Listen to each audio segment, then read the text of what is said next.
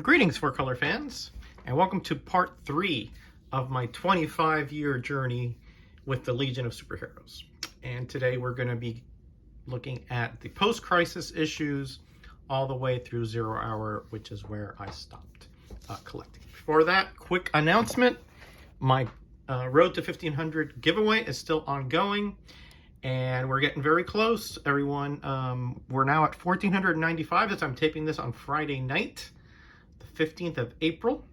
So it looks like we're on track for the end of this month sometime to do a live stream and giveaway. So thanks to all of you who've made videos and gotten the word out, commented, etc. I will do a more in-depth update probably next weekend because there's a lot to cover today, so I don't want to take up too much time, but I did want to do a quick thank you to all of you out there. All right, so here we go, starting with the March 1986 issue, number, let's see, 20. That's Tur on the cover. And here we have Emerald Empress. Obviously, the Fatal Five here are back. As I said, these, by previous videos, they will be a thorn in the side. There's a Universo. The art at this era, I believe, was Steve Lytle. And it was pretty good. I thought it was pretty good. Greg LaRocque starts here. Here we have Sensor Girl. They think they know who she is. I think it was sort of everybody thinking it was Supergirl, but spoilers, it wasn't. It was actually Princess Projectra. And I won't get into, again, I'm not going to get into too much detail here, just for show and give you my impressions here. We got Mordru there. You saw the Fatal Five here with couple of new members. I believe that, what is this, Caress and Mentala, and I forgot what her name was, but anyway. And then of course here we have Mordru, as I said, and here we have a nice monotone cover here with Starboy getting blown up there, Starfinger. In this era, it's still, we have Levitt's writing here. And this is a flashback issue because obviously Invisible Kid and Pharaoh Lad are dead. And here we start, I believe, the Universal Project, where essentially, I believe Universo, the villain, has taken over the president or somebody close to the president and is making life very difficult for the Legion of Superheroes. Here, I think, finally, Polar Boy. Does Polar Boy become leader? I think he's already been voted in, but he becomes leader there. And then here is this great story where Superboy, again, he sort of didn't exist right after Crisis. So, but they have a problem because he was the inspiration for the Legion of Superheroes. So, and here he's actually not. The Time Trapper created a pocket universe and kept the Superboy there, and then essentially the legend started. I believe were replaced with Mon-El, but here he actually gives his life to essentially save the Legion and return them to their own time. Here we have Clauseboy. Is that Gigi Cusimano? Starfinger again.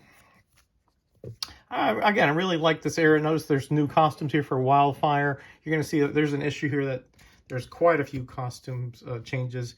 Here's where Laurel Kent, I believe, is revealed to be a manhunter. Yeah, here she is. Ooh, what the heck happened there? Oh, sorry about that. Here's Quizlet, who will become a Legionnaire at that point. This is cool. This is an issue, I believe, where a bunch of different creators and teams of writers and artists from the past come back, and mostly Lightning Lad and Lightning Lord issues. Now, some of these covers here, these kind of like very textured covers, I believe, are from Ken Stacy. Really nice covers there. Another Starfinger cover. All right, let's continue here. I'm going to try to make this quick, everyone, so I won't get into a lot of detail. But I can't help myself once I see something. Time Trapper, boy, it gets really complicated around there because Time Trapper. He's always messed with the Legion, but at the end, it's sort of revealed that he's actually helped them. We'll get to that later on, I guess. There's, I believe at this point, she's Lightning Lass. Here's how I get some of the new costumes from Ultraboy, Wildfire, and Dawnstar. A very more Native American looking costume there. I mean, although hers was somewhat Native American already.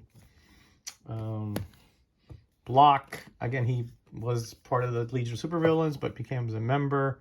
Here, I believe, is another Emerald Empress that was recruited by, I don't know if it was by the Eye. I forgot that storyline. And here are some of, ghosts of some of the return, I believe, of some of the Legionnaires that were dead. Chemical King, Pharaoh Lad. But again, they didn't really return, I don't think. And then here we have the Magic Wars, which is going to end this series. This is what, Legion series volume 3, or I think it's volume 2 or 3. Now, there was another volume. This is has to do with Mordru. There was another volume from 1973, which had all reprints, which is a 4-issue volume. And a couple people have asked me about that. I'm not going to go over that one because, again, it's not in continuity. It's a reprints, but it does exist. And if you're an ultra completist, including those reprints, then that would be a series for you to play. All right, so after that, Magic Wars, even though only a few months passed, actually in Legion continuity it was 5 years, and it's called the 5-year gap. And during that 5-year gap, essentially the Legion of Superheroes were turned on their head. They were essentially disbanded. The United Planets were no longer, their friends, because of, the Dominators were in there and other villains, etc. And even the Legion of Superheroes themselves, were distrustful of each other. Some of them haven't been seen in a long time. They're no longer using their code names. Even the art, as you can see, is a little bit rougher, a little bit more, like a dystopic future, which is very different from, the previous Legion of Superheroes, which were, more upbeat, more positive, more, more rosy-looking future. This is written by the Beer Bombs. I think it's Tom and Mary Beerbaum. And again, they deal with these issues that, that just weren't, and this is kind of a weird because there were other characters that sort of were brought into the series, but weren't part of the original Legion lore, etc. Like, I believe that's Laurel Gand. Yeah, Laurel Gand. And she is a Daxamite. So essentially, a lot of these stories go into, the fractured relationships and just how messed up the world is, not at all rosy, not at all positive or uplifting, I would say. So I have kind of a mixed feelings about this series. In one sense, it's a change, a risk. I mean, it's edgy and all that stuff, but I don't know. I was sort of, like the Legion and how they, were, teens that did the best they could, with what their moral sense of it at the time, and how their parents and their relationships affected each other. But this is really like the adult Legion, shall we say? And again, just a much harder edge. It talks a lot about, sexual relationships and how a lot of them really didn't like each other. And at some point here, well, I'm not gonna, I'll wait till we get to that, right? Still have GIF in here on the art, but as you can see, it's a little darker. Things do get a little bit more positive, when the Legion does eventually get back together. But again, they're not using their code names. They're using their first names, or like Chameleon Boy is Cham or Cam or something. Here you see the throwback here to the costumes in the past, because what happens is that and it's coming up soon here, is that there's another Legion that's going to be coming called Legionnaires, which were, I believe it was explained that they were chronal counterparts that were taken out of the timeline by the Time Trapper and kept in the Time Institute for such a time when they were needed, and they were like, by mistake, I believe they were let go. And here is Silver Hair Bronze Age Baby. Here's another young romance issue for you if you're watching this. But this was very different. Here's like Siobhan Aaron, and now becomes Sean Aaron. Again, this is back in the 90s, and those kind of issues again were, you know, talked about here and considered. And I don't know how I feel about it. Not because of the issue itself, just because the Legion of Superheroes just seemed to be, you know, really very different from what I remember. Let's put it that way. I mean, it's okay to have, again, these newer Legionnaires. These are Legionnaires. These are the SW6 batch Legionnaires, which were those chronal counterparts. And we're going to go over their series next, where I go over all the crossovers and spin-offs. And here the Earth is actually destroyed, but they save a bunch of the cities, so they put them together in this big array, and they call it a new Earth. Yeah, again, really rough stuff here in this series, but, you know, still enjoyable to a certain extent. Here's where they're introducing the Legionnaires. I guess that was sort of like the prequel. Again, this is Andromeda, which is, I believe, is at Laurel Gand. And again, they were taken from points in time, like Triplicate Girl before she lost one of her triples, you know, and Lightning Lad before he lost his arm, and Feral Lad before he died, etc., etc. So that brought in a whole nother dynamic. So now you had the adult Legion, and then you had the Legionnaires, which were more like the, you know, the teenage Legion that were in Adventure Comics and when they merged with Superboy. Here, I believe this is the Kuns teamed up with them to take on the zombie army of reanimated people, including the Legionnaires that had died. And of course, we have Mordru there. He had a part in that. And here we have a really silly but cool cover where Tensel Kim, which is Matter Eater Lad, is actually, it says here, special cover enhancement. You can actually, first edible cover, but only if you're only if you're a Bismolian, though. And here Timberwolf becomes again more feral. This is, I think, Bion, and he was the one who was trying to recapture, kill the Legionnaires. Yeah. So again, a much edgier series, and this is the Glorinth, and she created the reality in which a lot of the stories took place. Here's some new members. Dragon Mage, I remember him. Yeah, there he is.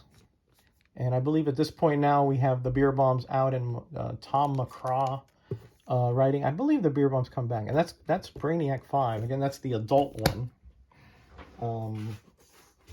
Let's finish off this series here, and then we'll go back into Legionnaires. Again, this series lasted beyond this, right? But again, I stopped during the 0 hour. Forgot what this guy's name was. Yeah, I think that's the Glorinth, and how she shaped reality. And then here we have the 0 hour tie-in, in which essentially reality, the reality that the Legion lived in was erased, and Time Trapper is involved. I mean, they sort of saved a lot of the Legionnaires, and eventually, I believe he turned out to be Cosmic Boy. I haven't read this in a few years now. And then, of course, there's a whole new reality now with a new origin. You know, going back and just sort of redid a total reboot here of the Legion. So I was like, that's it, I'm out. You know, I love the continuity, and now I'd have to learn a new one. And I said, no way. And this was the mid-90s. I was already married anyway. So again, here's the Legend of Valor. I believe that has to do with part of the inspiration for the Legion. And again, these are just the annuals that occurred during this run.